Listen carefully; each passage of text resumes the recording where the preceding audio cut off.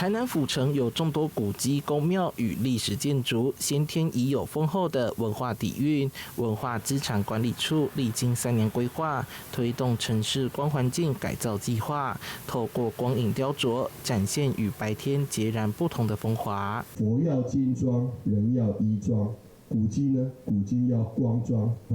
用我們的很棒的燈光光影，能夠打造一個非常非常漂亮。除了在白天看起來光彩奪目，在夜間看起來更是光耀照人的地方。目前分階段串聯11處重要古蹟，已有8處完成改造，包含4點五廟、大天後宮、開基武廟、開基靈佑宮、廣安宮、原台南州會、原台南合同廳舍等等。其他場域將在今年底陸續完工。我們要處理的呢是光等於一個文化的一個轉譯，在今年年底會完成的第3區呢，事實上就是觀音亭，還有台南州廳，然後還有孔廟這幾個區域。隨着光環境設計逐步完成，系列體驗活動也陸續展開，推出夜間走讀、美學講座、古蹟限定演出，帶民眾理解光環境如何回應歷史脈絡與建築特色，結合地方文化、旅宿觀光與導覽能量，